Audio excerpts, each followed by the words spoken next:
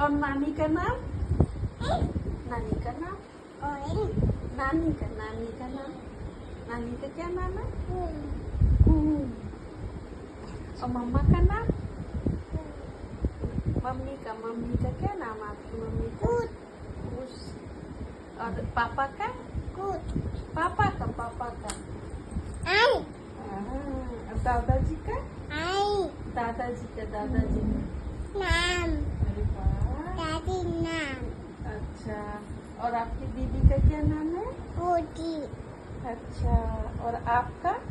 बुनी पुन्नी। ऋषा किसका नाम है? बाबू अच्छा। और फूफा जी का क्या नाम है? दीदी अश्वनी। अंजलि अंजलि। और फुआ का क्या नाम है बेटा? एवी अनीता। फुआ का क्या नाम है? अन्ना अन्ना।